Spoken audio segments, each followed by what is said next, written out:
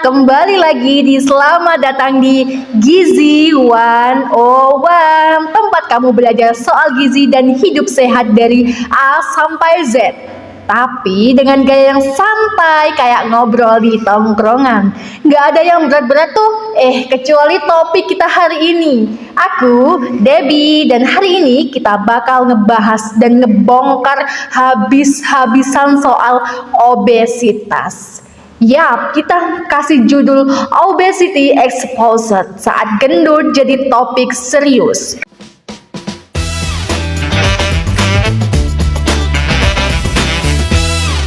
Tapi tenang aja, kita gak bakal ngejudge siapapun, justru kita mau bantu kalian paham kenapa sih badan bisa melebar, bahayanya apa, dan gimana cara ngadepinya dengan cara yang lebih realistis dan doable tanpa stres. Dan yang pastinya aku gak sendirian dong, udah bareng aku di sini. Kalian kepo nggak siapa? Temen ngobrol kita hari ini seorang ahli gizi yang asik banget, Kak Islamanda. Halo Kak. Halo.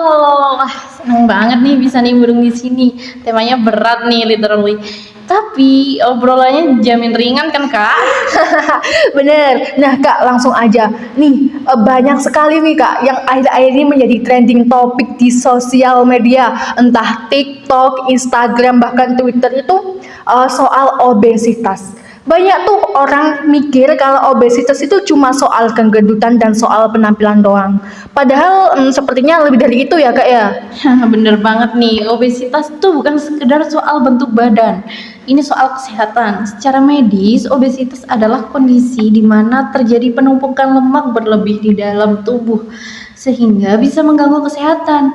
Biasanya kita pakai parameter body mass index atau BMI untuk mengukurnya. Benar-benar Kak. BMI itu apa juga sama dengan IMT ya? Nah bener nih, BMI itu sama kayak IMT nih. Nah IMT itu indeks massa tubuh yang biasa mungkin kalian sering denger nih. Jadi BMI atau IMT itu adalah perbandingan berat dan tinggi badan. Kalau IMT atau BMI seorang udah mencapai 30 atau lebih itu dikategorikan obesitas gitu. Orang itu sering taunya obesitas itu kalau berat badannya tinggi atau BMI-nya lewat angka 30 tadi yang udah dijelasin. Tapi sebenarnya apa ada nggak sih tanda-tanda lain selain dari angka timbangan itu Kak? Ada banget. Nah ini penting nih, karena nggak semua orang tuh terlihat besar itu pasti obesitas, dan sebaliknya ada juga yang kurus tapi ternyata punya lemak tubuh berlebih, namanya tuh skinny fat. Jadi selain BMI atau IMT, kita pun juga bisa lihat dari beberapa hal lain gitu. Apa aja tuh Kak? Nah yang pertama, lingkar perut nih. Kalau lingkar perut udah lebih dari 90 cm untuk pria dan 80 cm untuk wanita, itu tuh hati-hati nih. Itu tandanya lemak visceral atau lemak perut tuh udah mulai numpuk. Nah lemak jenis ini yang bahaya karena menyelimuti organ dalam. Waduh, aku mana jarang lagi buat cari tahu berapa lingkar perut aku. Lebih dari 80 bahaya banget jadinya Kak ya. Itu. Terus ada lagi nggak Kak? Nah juga terus ciri-cirinya yang lain tuh ada lemak di area tertentu kayak penumpukan lemak di perut, leher, sekitar pinggang juga jadi indikasi tuh. Kadang disertai dengan gampang capek atau nafas pendek saat naik tangga gitu tuh. Nah, tahu gak sih Kak? Apa itu? Jadi ketika lemak tubuh kita udah terlalu banyak, organ dalam kita tuh bisa kewalahan. Gimana sih dampaknya? Nah itu tuh yang bisa bikin badan gampang capek, susah gerak, bahkan risiko penyakit serius kayak diabetes dan darah tinggi kayak gitu. Waduh, jadi obesitas nggak sesepele itu Kak ya. Tapi jujur nih Kak ya, jujur. Kayaknya sekarang tuh kalau mau jadi obesitas tuh gampang banget. Kita itu bener-bener dimanjain ya. Hampir nggak bisa susah gitu, maksudnya kayak di mana-mana sudah ada fasilitasnya. Makanan enak di mana-mana. Promo ojol tiap hari, jadi hidup tuh cuma serba duduk sama rebahan doang. Iya banget tuh, kita hidup di era mager gitu ya, sama cemilan kekinian dari bangun tidur sampai tidur lagi, kadang jarang gerak tuh, apalagi kalau kerjanya di depan laptop terus. Nah kalau pola makan nggak dijaga, jadi kalori numpuk deh. kurang aktivitas fisik membuat metabolis tubuhmu tuh lambat gitu, dan akhirnya harus makanan yang seharusnya makanan tuh jadi energi buat kalian gerak kerja, malah nggak kalian gunakan, kalian malah tidur. Nah itu tuh akan disimpan jadi lemak. Bayangin nggak, lama kelamaan ya numpuk nih.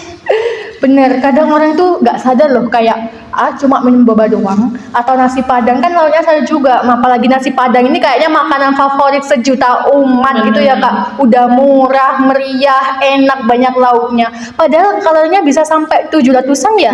Bener-bener kita sering nggak sadar ya, karena makanan tinggi kalori itu kamuflasenya bagus banget, enak, murah, kenyang juga, tapi sayangnya gizinya tuh minim. Makanan kayak gitu kalau keseringan ya itu berat badan mulai nambah pelan-pelan. Gitu ya kak ya kak bentar. Tapi ada loh kadang orang serumah itu gendut semua. Makan dikit langsung gendut. Itu gimana ya? Nah ini nih, kadang ada ya satu keluarga itu gendut semua. Jadi faktor ini tuh bukan, obesitas tuh bukan faktor pola makan aja gitu. Ada juga faktor genetik. Jadi keluarga tentu punya pengaruh ya. Jika orang tua memiliki kecenderungan obesitas, kemungkinan besar anak juga memiliki resiko yang tinggi gitu. Oh, jadi orang obesitas itu nggak melulu soal dia makannya banyak. Dia nggak bisa bisa kontrol nafsu makannya ya. Jadi ada faktor genetik ya kak. Terus ada faktor lain nggak kak ya yang bisa memicu terjadinya obesitas? Ya itu. Jadi kayak yang dijelaskan tadi, pola makan, gaya hidup, faktor lingkungan. Jadi kalau pola makan tadi ya seperti itu, konsumsi makanan yang tinggi kalori itu kayak apa sih ciri-cirinya gitu? Biasanya ya yang manis-manis dan tinggi lemak tuh kayak gimana? Berarti makanan yang goreng-gorengan, yang berminyak. Nah itu kalau dimakan secara berlebihan sangat berpengaruh. Makanan cepat saji atau junk food yang mudah didapatkan itu juga membuat banyak orang kesulitan mengontrol kalori. Dan kamu tahu makanan cepat saji dan junk food itu gede banget kalorinya. Oh begitu, aku baru tahu loh kak. Sumpah. Terus ada yang lain kak? Nah gaya hidup yang tadi yang aku jelaskan, jadi seiring perkembangan teknologi nih, sekarang kan udah enak ya, apa-apa tinggal duduk gitu. Bener-bener aku setuju banget. Banyak pekerjaan yang harus lama di depan komputer sehingga aktivitasnya jadi terbatas juga. Sekarang banyak udah semua pakai kendaraan ya, jangan bener. jarang kalau kerja naik sepeda itu Jarang. sekarang jadi jarang ya, dan Di work from home gitu ya kak ya. bener. Ditambah lagi stres, kurang tidur seperti itu. Terus juga ada ini nih yang sangat berpengaruh menurutku sih, itu faktor lingkungan. Jadi lingkungan yang tidak mendukung pola makan, pola hidup sehat itu bisa meningkatkan risiko obesitas. Kayak apa nih? Kayak misal satu circle atau circle di kantor atau tongkrongan tuh orangnya pada malas-malas semua, jarang suka jogging, jarang suka olahraga, sukanya makan terus, jajan terus. Jadi kita terbawa gitu lingkungannya. Bener banget sih kak, aku setuju banget ya yang faktor penyebab yang terakhir, faktor lingkungan. Biasanya yang paling sering terjadi di Gen Z itu biasanya ya, dia itu udah janjian, ayo jogging untuk besok, ngajak circle-nya gitu. Tapi ternyata ditunggu-tunggu nggak datang, soalnya pada tidur semua. Bener banget kayak itu. Terus kak, jadi obesitas itu bisa kejadian di anak-anak juga kah? Nah bener, banyak tuh, kalian pasti sering lihat ya anak-anak sekarang, anak kecil tuh udah gendut-gendut banget, obesitas itu. Malah dia tuh masih SD, masih kecil-kecil tuh. Karena apa sih? Biasanya karena gadget sama snack. Sekarang kan gak kayak dulu ya, kita masih main keluar rumah, masih lari-larian, main layang-layang gitu. Tapi anak sekarang enggak ya, malah pegang gadget terus dikasih snack, jajan. Nah itu bukan salah anaknya juga sih, tapi lingkungan yang membentuk. Makanya penting banget menurutku buat orang tua kasih contoh pola makan dan gaya hidup yang sehat dari bener awal. banget, faktor lingkungan, sekali lagi faktor lingkungan bener-bener sangat mempengaruhi. Tapi kadang kak ya, orang itu sebenarnya dia sadar bahwa dia itu overweight, udah obesitas, tapi susah banget buat mulai hidup sehat. Kayak niatnya tuh udah ada, niat untuk berubah tuh udah ada, niat pengen badannya ideal, niat pengen turun BB-nya tuh udah ada, tapi selalu kalah sama diskonan pizza, diskonan makanan atau mager jogging gitu. Relatable banget nih, makanya jangan langsung target yang berat-berat. Mulai dari hal-hal yang kecil aja. Target yang berat tuh kayak gimana? Kayak aku besok langsung nge-gym nih, aku besok langsung sepeda, aku mau jogging berapa kilo, aku besok mau makan sayur. Bener-bener itu relatable Gitu. banget Kak.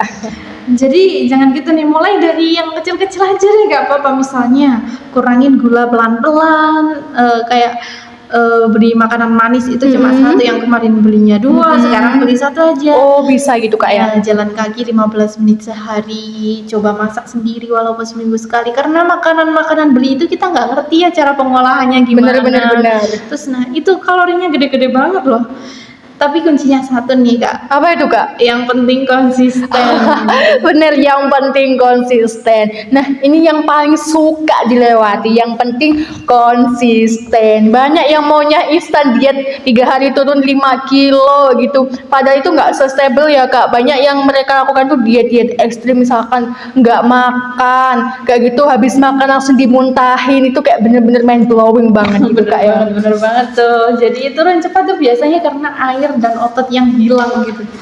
Pas makan lagi, kok bisa normal lagi nih, kok naik lagi gitu berat badan. Lebih baik pelan tapi sehat dan bertahan. Itu biasanya faktor itu bisa yang menyebabin kayak orang males buat berubah gitu Kak ya. Kalau udah terlanjur obesitas gitu kayak misalnya, kita itu apakah harus ke ahli gizi ya? Kalau bisa sih iya kataku, biar ada panduan yang sesuai kondisi tubuh gitu. Kalau sekarang kan banyak ya yang misal kayak yang instan-instan gitu, kayak turun berapa kilo berapa hari gitu. Nah itu belum tentu sesuai sama kebutuhan kita. Kalau kita ke ahli gizi tuh kita bisa tahu apa saja yang kita butuhin. Tapi misal kalau belum bisa ke ahli gizi nih, bisa mulai dari kesadaran diri, itu udah bagus banget. Intinya jangan malu deh, obesitas itu bukan aib kok, tapi kondisi yang bisa dirubah gitu. Wah keren banget sih Kak. Jadi intinya makan enak itu boleh ya, tapi tahu batas. Memang sesuatu yang berlebihan itu nggak baik ya, kecuali duit sih nggak apa-apa. Aku berlebihan ikhlas aja ya. Gerak dikit-dikit dan yang penting sayang sama badan sendiri. Exactly, jangan kejar kurus terus gitu, tapi bukan kejar kurus loh ya, tapi kejar sehat. Badan kita ini tuh rumah satu-satunya gitu, masa nggak kita rawat gitu. Rumah satu-satunya, kalau nggak kita rawat kita bingung ya pulangnya kemana, karena udah nggak punya rumah. Oke deh, obrolan kita hari ini kayaknya seru banget. Makasih banyak ya Kak Islamanda udah sharing hal penting tapi dengan cara yang santai dan pastinya nggak menggurui. Sekarang kita masuk ke sesi Q&A. Aku udah dapat beberapa pertanyaan dari pendengar setia nih lewat media sosial. Kayaknya udah banyak yang tertarik dan bertanya nih Kak. Pertanyaan pertama, apakah olahraga wajib intensif untuk menurunkan berat badan ya Kak? Bener nih, olahraga yang intensif itu memang bagus, tapi tidak semua olahraga itu harus yang latihan berat gitu. Yang paling penting adalah menentukan jenis aktivitas yang kamu nikmati dan bisa kamu lakukan gitu, secara konsisten. Mulailah seperti jalan santai, sepeda, atau bahkan gerak-gerak dance atau nari gitu yang suka nih di rumah. Jadi kegiatan fisik apapun deh, seperti nyapu, bersih-bersih rumah tuh juga gerak loh. Yang membuat kamu bergerak itu sudah sangat berarti. Oke. Nah pertanyaan kedua nih, aku kayaknya tertarik banget nih. Pertanyaan kedua ini kayak relatable sama Kenzi gitu ya. Bagaimana cara mengatur pola makan kalau kita tuh sering traveling? Bagaimana nih Kak? Ada tipsnya Kak? Ini nih, banyak ya ini yang suka traveling di sini. Bener banget. Jadi banyak banget tuh pilihan makanan sehat yang bisa kita pilih saat traveling itu banyak. Misal nih, kalau kamu ke warung-warung atau ke kafe-kafe itu carilah menu dengan banyak sayur, atau pilihlah metode masak yang lebih sehat seperti makanan yang dipanggang atau direbus. Jadi kurang-kurangin lah makanan yang kayak beli gorengan. Nah itu tuh bikin resiko nih. Nah juga tipsnya lagi nih, selalu bawa camilan yang sehat seperti kacang-kacangan atau buah-buah kecil. Atau kalau misal biasanya minum apa tuh yang manis-manis, Boba coba deh. biasanya boba Kak. Coba deh itu diganti jus. Nah itu juga enak kok, percaya deh. Selain itu, sebaiknya batasi konsumsi makanan yang cepat saji dan biasanya itu tinggi kalori dan lemak kayak yang aku ngomong tadi sih. Gitu ya kak ya. Sebelumnya ya kak ya, mau dong tambahin 1 atau 2 fakta atau insight seru nih kak lagi tentang obesitas biar makin kebuka tuh mindset para pendengar setia kita. Oke banget. Nih ya, fun fact dulu deh. Ternyata otak kita tuh bisa ketipu sama makanan yang tinggi gula dan lemak. Jadi makin sering kita makan junk food, makin kuat cravingnya. Atau waktu kita makan manis deh, kayak kecanduan gitu. Sama kayak otak orang yang kecanduan rokok atau game gitu kan. Jadi ada bagian otak yang aktifin hormon senang namanya dopamin. Nah, ini bikin kita susah berhenti kayak makanan manis. Itu kita kan seneng ya makan manis itu tuh rasanya seneng gitu. Jadi tambah lagi gitu tuh. Waduh. Jadi bukan soal kurang niat doang ya, tapi ada efek biologisnya juga. Iya, makanya kalau misal kamu merasa susah stop ngemil, itu bukan karena kamu lelah, kamu lemah gitu. Emang otaknya udah kebiasaan aja gitu buat waktu buat riset gitu. Dan itu bisa dimulai dari mengurangi perlahan, bukan langsung stop total gitu, langsung kurang nggak makan manis langsung gitu. Nggak bisa sih menurut aku. Gila sih, gila ini mind blowing banget. Terus tips praktisnya lagi dong kak, 1-2 hal yang bisa banget dilakukan mulai hari ini juga. Siap nih, catat ya. Ini aku punya 3 jurus gampang. Jadi yang pertama, ganti cemilan. Kalau biasanya ngemil gorengan atau biskuit yang berat-berat, jadi perlahan kita pindah ke buah potong atau kacang-kacangan tanpa garam, bisa yogurt.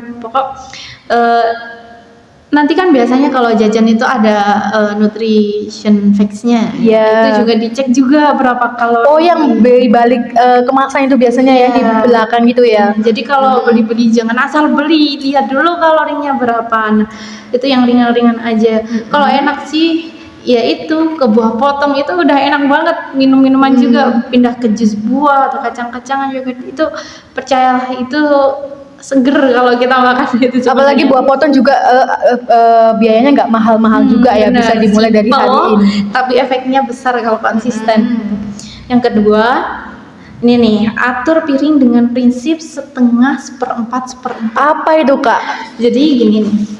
Jadi separuh piring itu isinya sayur buah. Nah, seperempatnya lagi apa? Seperempatnya lagi itu diisi karbo seperti nasi, kentang, singkong, apa aja deh yang makanan-makanan pokok gitu. Ya.